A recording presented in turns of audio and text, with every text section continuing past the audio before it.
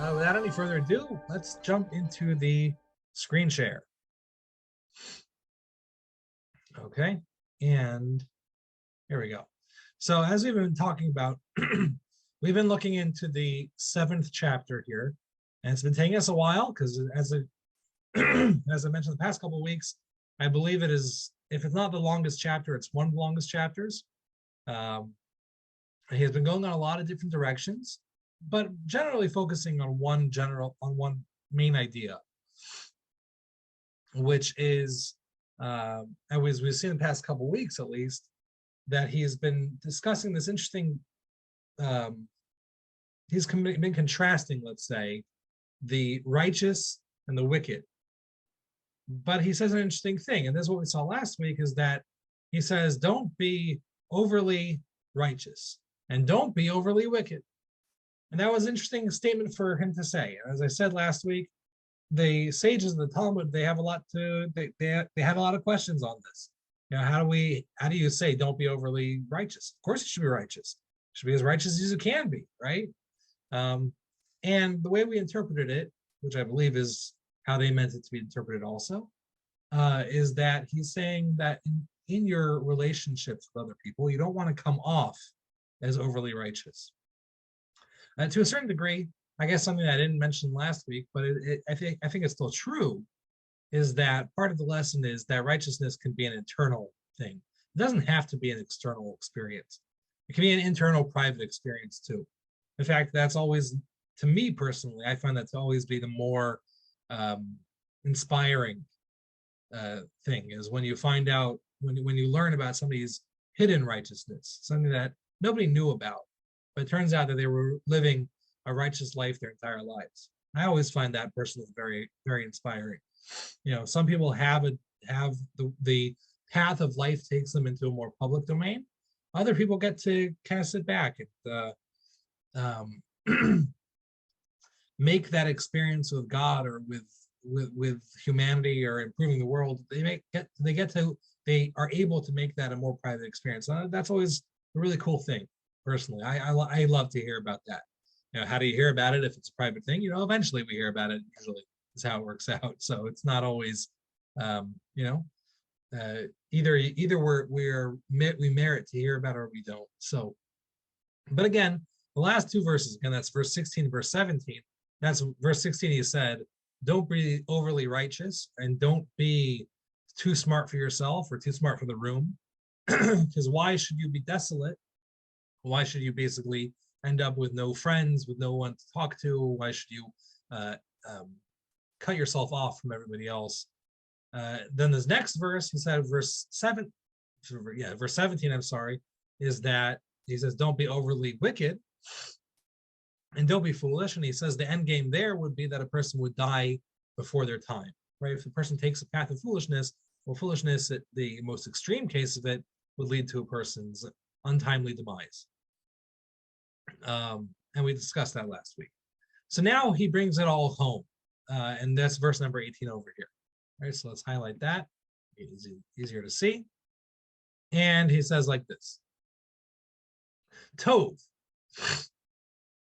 So what is good? And we've had this a lot in the book so far, where he will discuss a point for a while, and then bring it all to a culminating sentence or series of sentences, and that they usually start off with the word tov. So tov is a good sign for us in general that we're coming to a point. And tov, what's good, as opposed to being overly righteous or overly wicked, or wicked at all, is asher ta'achos bazeh, somebody who holds on to this one. Achaz, aleph chet zayin, means to grab onto something. V'gam mizeh al tanach et yadecha. And also from this one, do not let your hand rest. Okay? Ki yirei Elokim yitzei et kulam, because somebody who fears God will fulfill all of them. Okay? An interesting thing to say. But let's see it again all together. Tov asher ta'achos bazeh. Good is for somebody to grab onto this one. V'gam mizeh al tanach et yadecha, and also do not release your hand. Do not loosen your hand from the other one. Ki yirei Elokim, because one who fears God, yitzei et kulam, will fulfill all of them. Okay, I'm using the word fulfill, literally means will exit all of them. It's a term. We in multiple languages, but in Hebrew and Aramaic especially, that root of leaving, say, which literally means to leave something, is also used in referring to fulfilling something. Okay, that's a common, particularly in Talmudic Hebrew, you'll find that we refer to somebody being yotzei a mitzvah, right, to fulfilling a mitzvah. All right, or you could also be motzi somebody their mitzvah. You could help somebody else fulfill their commandments. Like for the most obvious example, I would say is probably when you go to synagogue on Rosh Hashanah and somebody blows the shofar, so they are helping you be yotzei your mitzvah. They're helping you fulfill your mitzvah of hearing the shofar. Okay, so that's that word yotzei. Again, even though literally it would perhaps mean to leave or to escape or something like that, here I think it's appropriate to say that it will refer to fulfilling. So the one who fears God fulfills both of these. Now, there's an interesting thing because he seems to be implying, at least to a certain degree, that a person who fears God will have aspects of good and aspects of bad, will not be overly righteous and will not be overly wicked. And that is a hard thing to really wrap your mind around. He's saying that somebody who fears God will perhaps engage in certain levels of wickedness. I don't like that word, but it's the easiest word to use and get the point across. I don't like words like wicked and sin and stuff like that. They carry a lot of weight with them. But I'm just going to use it for right now because it tends to be a little easier. You could just call it Rasha. Yeah, that's true, right? So we have somebody who engages in a certain degree to characteristics of a Rasha, and still we say that is the trait of a Yirei Elokim, somebody who fears God. So that's an interesting thing to say. No doubt about it. that's a complicated thing to say. But I think the idea comes out fully, and we will see this more playing out in the coming verses also, is that a person who lives their life with a mindset of fearing God will strive for some level of balance. Okay, it's not necessarily to fully overcome and not experience any levels of avera or wickedness or being a rasha or anything like that. But that's not necessarily the goal. That is a goal, I would say, but that is not necessarily the goal of fear of God. It's to learn to understand the complex parts of a person's psychology. And so that's what he's saying over here is better as a person grabs one of them and does not release the other one. I find that also interesting that he changes the verb over here. The one is a active to grab something, okay? And I would say, just at least with even just in the order of the verses. So first he talked about righteousness. So that would be something you would want to grab. Okay. Wickedness is something that you would not want to let go of. Okay. He doesn't say to grab wickedness necessarily, but he does say that when it's in your hands, you don't necessarily want to let go of it. And that will lead a person to this experience of fear of God. Now, that also, the term fear of God needs a little explanation. Before we get to that, so the main point that I was just bringing out over here is that on one hand, you have an active grab something, which again, if it's a direct, corresponding to the last two verses, so the grabbing would be for righteousness, and the not letting go of would be for wickedness. And I think this is an important part of the human experience, is that we do have aspects of good and bad inside of us, however we want to determine good and bad. That's a whole nother discussion, perhaps. I'm going to take the easiest route for me, which is good and bad determined by God, just because that would be an easier track to take, I think. But he says that even if a person does have aspects uh, of turning away from what's good and embracing some sort of levels of wickedness, that's not necessarily something to let go of. Now, I don't think he means that the actions that a person does, they shouldn't work to overcome them, right? If a person feels that they're going down a dark path, something that they don't want to see, that doesn't align with their values, doesn't align with how they understand their mission in this world, whatever it may be. So I don't think that means that they should just let go, and just take it all the way to the end. But I do think what he means is that a person should try to come to understand what brings them there, and try to make sense of why these things speak to him, right? There's different thoughts in general in Jewish thought, and in discussing how the person deals with their Yetzer Hara, how they deal with the evil inclination, so to speak, how the person deals with the things that they don't like about themselves. But it's not just in Jewish thought, it's also outside of Jewish thought, is that there's when a person has natural tendencies, and that comes from somewhere deep inside of them. And when a person realizes that they have these tendencies, so there's multiple paths a person can take in experiencing them and expressing them. And it's one of the ideas, and we find this come up throughout the writing of the Talmud and the sages, and it's also brought down in a lot of the kind of the self-help books that came through the generations, is that they say that the person should try to understand, why is it that I'm engaging in this behavior if it's not something that aligns with my values, and try to understand what's the underlying factor there, in a kind of a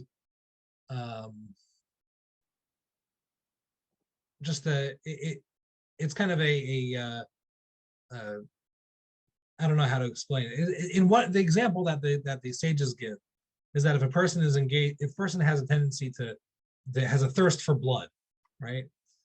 So that person can obviously go and become a terrible person and do terrible things, or they could take that same need inside of them and use it towards becoming a shochet, right? To slaughtering meat for people to consume. Or even better would be for a person to use that same need and necessity inside of them to become a mohel, to perform brit milah, to perform ritual circumcision, right? So what we find there is that the sages are telling us that we have things inside of us that we need to come to understand. We have to figure out, why do I have this draw, and what's bringing me to that, and what can I do with it instead to sanctify it, to make it better, holy, whatever it is that our goal is. And I think psychology would say a similar thing, that when a person is drawn towards certain things or compelled towards certain actions, so they have to kind of understand, what is it that this is doing for me? What's it feeding inside of me that's compelling me to do these things? And what else can I do to get that same? What else can I do to feed that, or to mitigate that need? And so that, I think, is a necessary part of a person's personal human growth. And I think that's really what's underlying over here. I don't think he means, again, he clearly doesn't mean the person should go ahead and you're a little wicked, go be a little wicked, don't let it go of that. I don't think he means that. I think what he does mean is that a person should really try better to understand who they are and what they are, and what it is that they gain, what it is that why they struggle in the ways that they do, and what they could do differently to feed those same needs, those same feelings. And that, he says, is something that leads to this trait called Yirat Elokim, Yirei Elokim, to become somebody who fears God. Now, fear is a strange word. It's not a great translation, but it's a literal translation. So it's one of those kind of funny places where the Hebrew itself is kind of lacking. And this has been a long discussion throughout the generations of what exactly this idea of Yirat Elokim, Yirei Elokim is. What does it mean when a person fears God? But I think more than anything is just on a kind of a simple way, is that when a person has righteousness, has a tendency towards, it is working on righteousness, is grabbing righteousness, and at the same time is recognizing their faults and things that they have to work on. So that creates a very interesting relationship with God. What that creates is a relationship where, number one, I'm in the right direction, right? I'm somebody who's grabbing righteousness. I'm working on growing in who I am, but also recognizing that I have faults and that I have stuff to work on. That itself creates a relationship of fear of God. It means it's a recognition of that connection, and also perhaps a greater recognition of responsibility that comes about through that. So I think that's kind of why this idea of Yirei Elokim shows up over here, of fear of God. It's meaningful to me personally because we decided to put that on my father's tombstone. Actually, my mother decided that when after he passed away, and we put up his tombstone. She had written on it, "Ish Yirei Elokim," a man who feared God. So that personally, that description means a lot to me personally, to somebody who fears God. And I think no one here knows him, knew who he was, but it was a fitting description of somebody who knew who he was, truly loved Hashem, and recognized his own faults. So that's on a personal note. So again, somebody who does fear God, somebody who works on that, will have both of these aspects. Will both recognize the need to grab goodness, but will also recognize in themselves their own places where they are lacking. I don't want to say fail, and I want an even better word actually, but I'm trying to figure out places where they need to grow more, I guess. So that's the aspect, that's the truth of somebody who fears God. Okay, and he's going to continue this theme in the coming couple of verses. But before I move on to the next verse, I want to throw in one last thing. It's not our take on these verses, but we mentioned it last week, and I thought it was really interesting. Is if we go back to the verse last week that said, "Don't be overly rasha." So at kind of the 11th hour last week, I mentioned that there's one of the commentaries, the Mitzudah, and he has another take on this whole verse. He says that rasha means anxious, even though that's not usually how you would translate it, but he brings other cases where the term rasha means anxiety.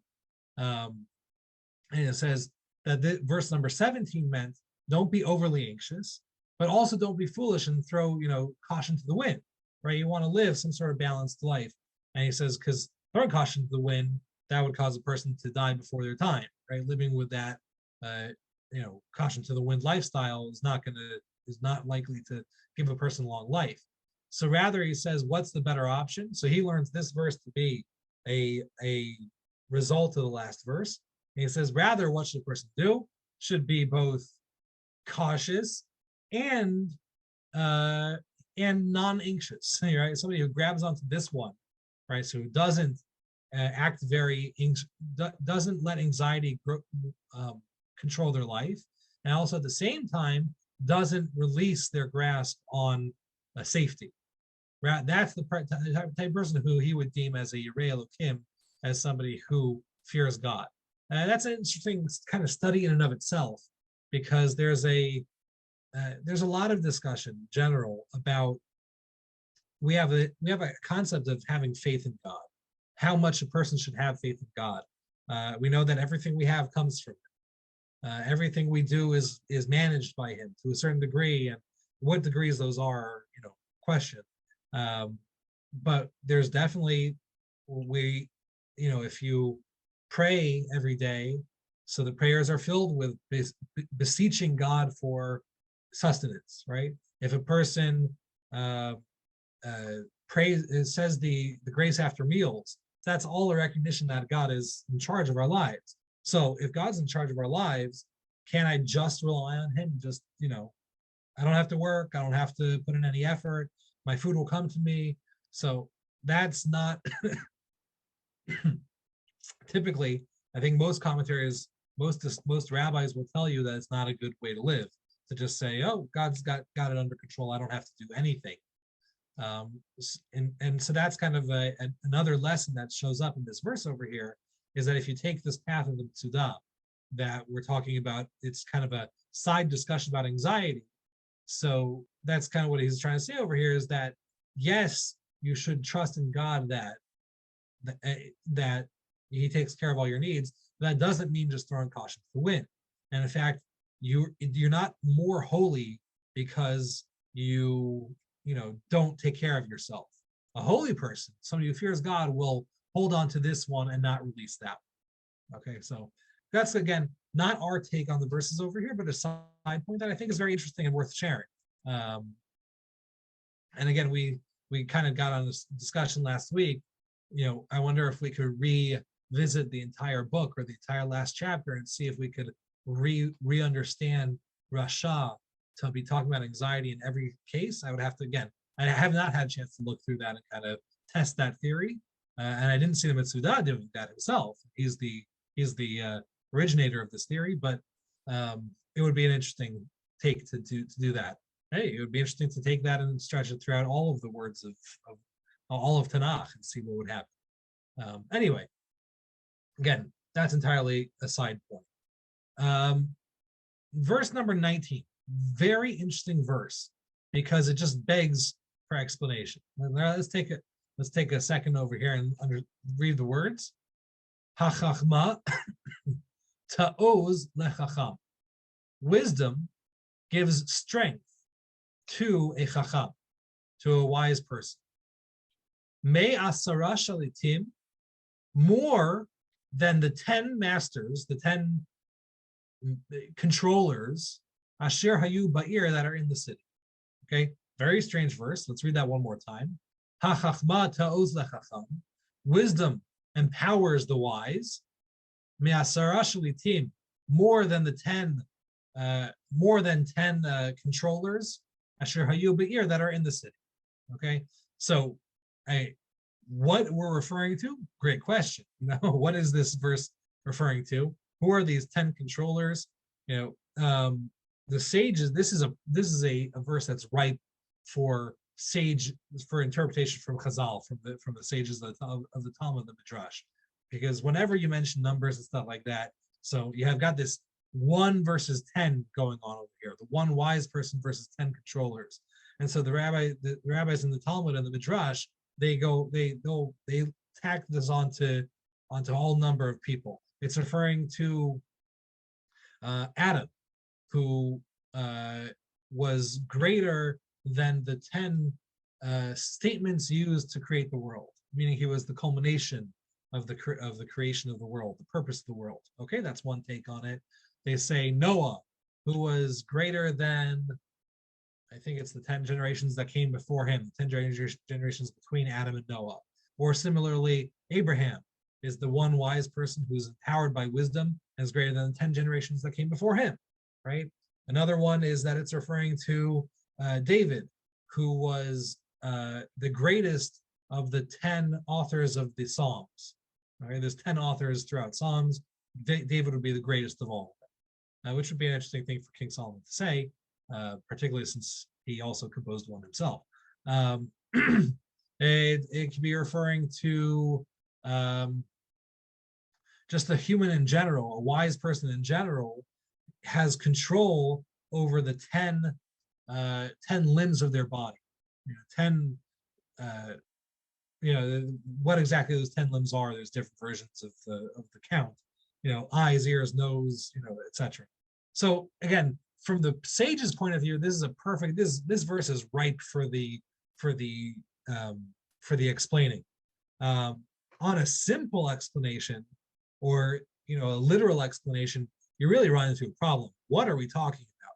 Wisdom gives strength to the wise, more than the 10 masters that are in the city. What city? What 10 masters? What's 10 masters? What does that phrase even mean? So I really had to kind of think through this, and nearly all the commentaries go with the Chazal interpretation, with the sages' interpretation.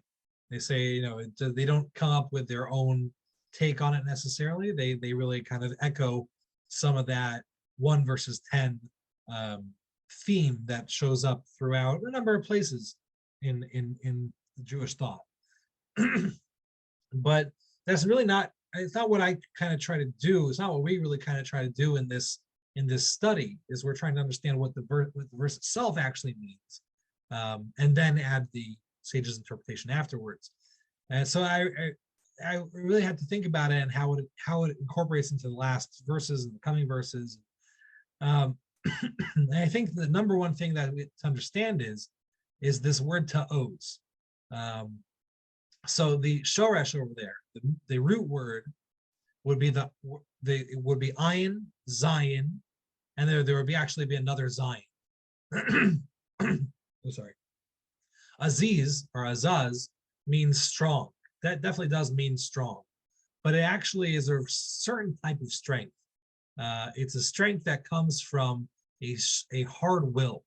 If a person has a strong will to do something, and that empowers that person, we call that oz, right? It's used many times in reference to God, where we say, "Tnu oz le'elokim," give strength to God. Through our actions, we, so to speak, empower God through our actions. We say, "Hashem oz la'amo yitain," that Hashem gives power to his nation. So that also is that term. Shows up a lot. It's a very common root word, actually, more common than you realize once you start going through the prayers. It shows up a lot, but it comes with a certain connotation, because if you pay attention to like the Yom Kippur service, where we do the vidui, where we do the admission of guilt, where we what's the word I'm looking for? Vidui. Anyway, so one of the things we talk about over there is azut metzach, is literally kind of strength of forehead, which is kind of a funny biblical term, but what it means is arrogance. And in general, that is an implied idea. When we talk about oz, it's not simply strength, but it's a strength from a very hard will, which is very easily also arrogance, or becomes arrogance at a certain point. And that's throughout all of Tanakh. You'll find the term interchangeably referring to just strength, or this hard-willed strength, and sometimes referring to arrogance itself. Okay, and we find that a lot of places. I'm trying to think of where's a great example, but yeah, okay. Anyway, whatever it is, take my word for it. It does refer to arrogance. When a person's arrogant, and that means that they have such a strong will, and they know that they're right, then it empowers them because they know that they're right, or because they believe that they're right, at least. Okay, and so looking at that, and the interesting choice that instead of saying hachachma tagbir lachacham, strengthens, with our kind of our go-to word for strength, or anything like that. He doesn't say that term. He specifically chooses the term ta'oz. It gives this hard-willed strength, or this arrogance to the wise. I think that's more the idea that we're trying to take over here, is that wisdom occasionally can cause the wise to become arrogant. In the series of the verses, that fits perfectly. And that's exactly what we're talking about over here. A person should not let their righteousness and wisdom get in the way of their relationships. They should make sure that if they want to have an influence on people, that they don't come off as a know-it-all, or don't come off as a holier than thou, or anything like that. So that makes a lot of sense. And then why we're saying this verse over here is that wisdom, a word to the wise, King Solomon says, is that wisdom can cause arrogance. So reading it like that, wisdom can cause arrogance to the wise, more than 10 controllers in the city. So clearly there's some sort of analogy made over here, or it's what we call a mashal. It's parabolic to some degree. But the city, when I think about a city, I think about society, the people that surround you, your inner bubble, so to speak. And there's people within your bubble, your city, the society that surrounds you. Again, I'm just going to go with society. People in society who have also some sort of wisdom, not just you. You know, 10 controllers. Doesn't never actually says that they're wise, but it says that they're controllers. They're the ones who, I'm sorry, what they say goes. And I think it's important that a person could recognize that the people who are in charge, they could be wrong. I mean, we're Americans. We definitely believe that. We believe that the people who have power could be wrong, and that it's our job to stop them in their tracks before they do wrong things or bad things. That's a very American ideal. But when a person is going up against not just a generally accepted belief, but when a person is going up against the power systems, it's important to at least question yourself. Am I truly correct? Am I truly right? Or am I being led to my belief by arrogance? All right, again, we're talking about a chacham. This is a truly wise person. Yes, it is a wise person. And we never refer to people in charge as wise people. They're just controllers. Shalit, again, we've had that shorash, we've had that a number of times now. Shalat, shin lamed tet, means control. In modern Hebrew, a shalat is a remote control they use for your television, right? It's literally means control.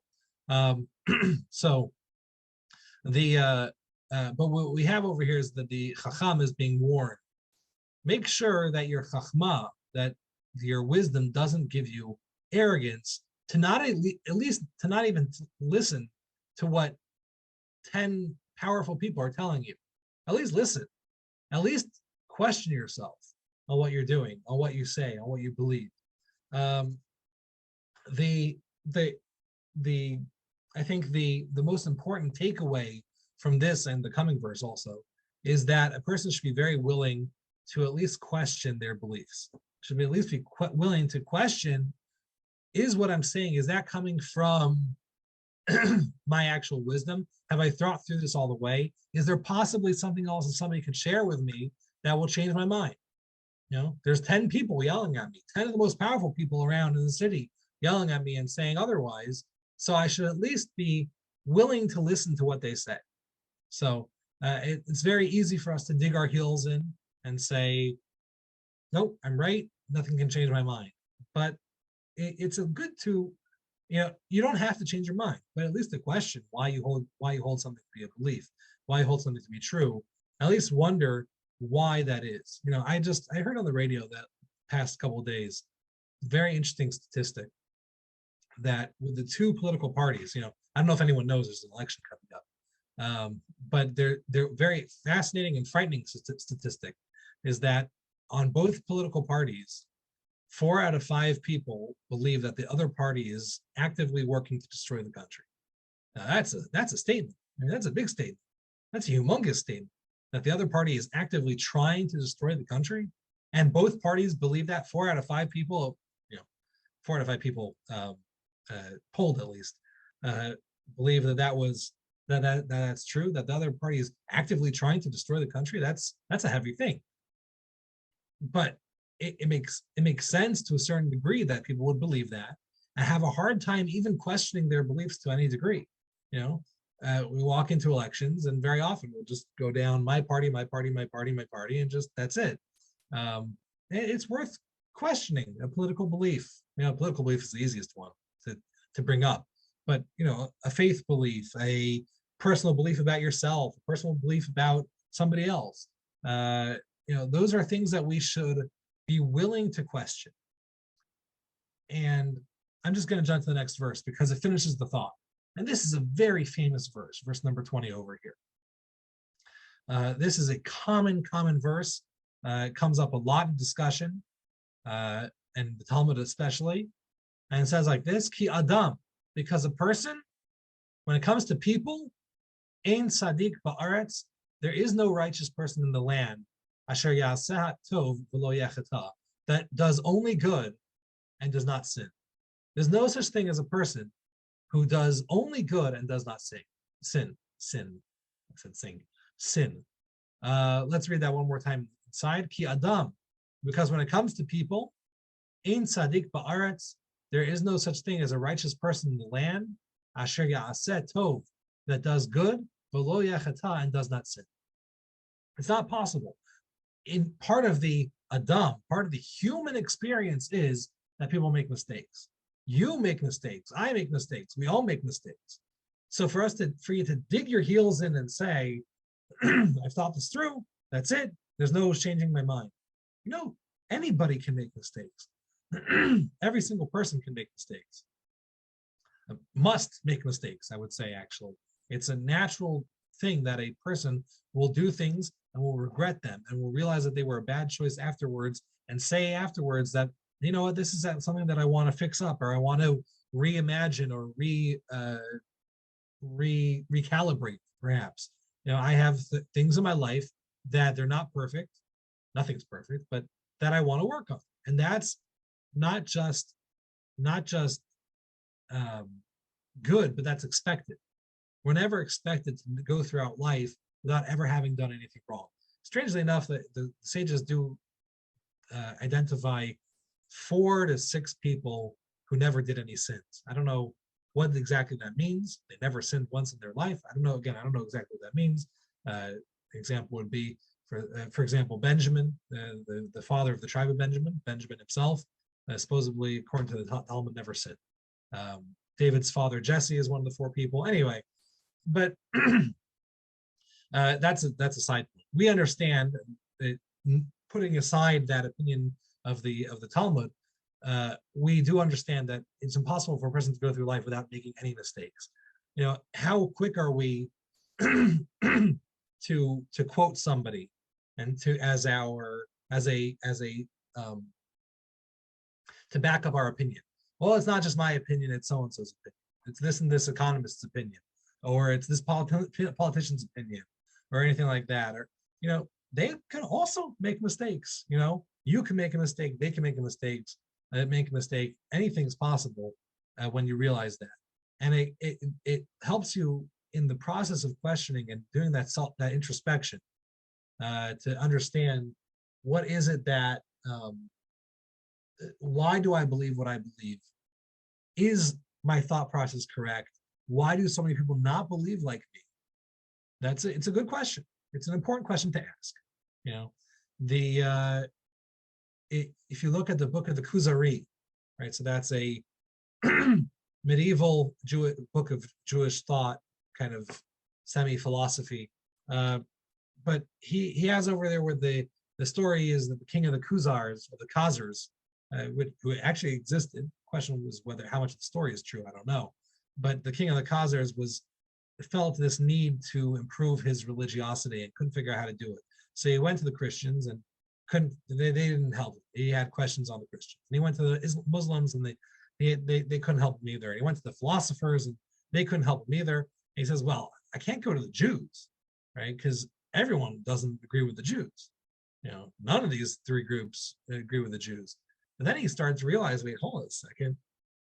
All the other major religions of the world rely on the Jews to a certain degree for their belief system. So maybe I should at least have a conversation with the Jew. And then the book continues from there. It's this long conversation between this one wise man and the king of the Khazars. And according to the story, according to the legend at least, the whole kingdom converted to Judaism and they were righteous people or whatever. Again, we do have historically, there's some record of the Khazar kingdom, at least some levels of the high society converting to Judaism. Who was converting them? What Judaism was there in the area? I don't know. Historically, there's a lot of open questions. But it's interesting to see somebody who's what's the word? Intellectually honest, right? Somebody who's intellectually honest will at least question, why do I believe what I believe? And why do other people not believe what I believe? I think it's an important question. So that's these 3 verses here again. That was verse 18, 19, and 20, where the general gist is, in your relationships, don't be so hard stuck in one spot.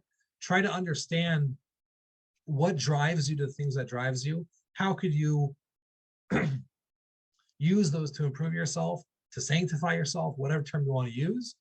And when dealing with your own personal religiosity or your own personal self-righteousness, be willing to question yourself to a certain degree and understand, why is it that people believe what they believe and you believe what you So, and because nobody is free, is safe from making mistakes. So that's the verses for tonight. That's it. Thank you all for joining us, and I will, God willing, pick up next week.